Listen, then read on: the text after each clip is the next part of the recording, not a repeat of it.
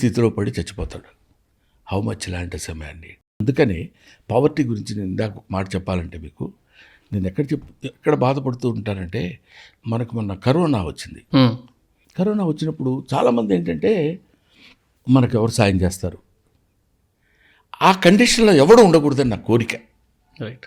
మనకి ఇన్ని మంచినీళ్ళు ఎక్కడ దొరుకుతాయో, ఈ నీళ్లు తాగితే సాయంత్రం వరకు మనం ఉండగలం అని బతకొచ్చు.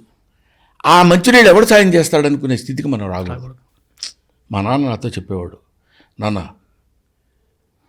నీకంటే ఎక్కువ చదువుకున్నవాడిని కాదురా నేను, నాకున్న చదువు ప్రకారం 18 రోజులు ఆహారం లేకపోతే మనిషి చచ్చిపోతాడంటారు.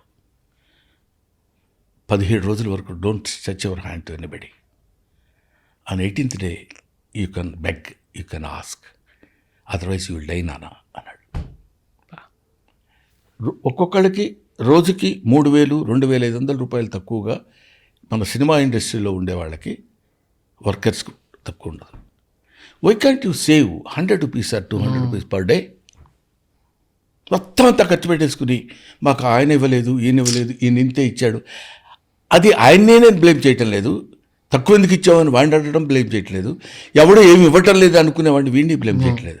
ఆ మధ్యలో నలుగుతున్న చిన్న పావర్టీ అనే పదం ఉంది, ఓ దిక్కుమాలిన పదం అది. That should be avoided in the dictionary of world.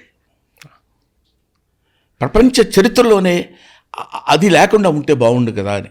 ఆ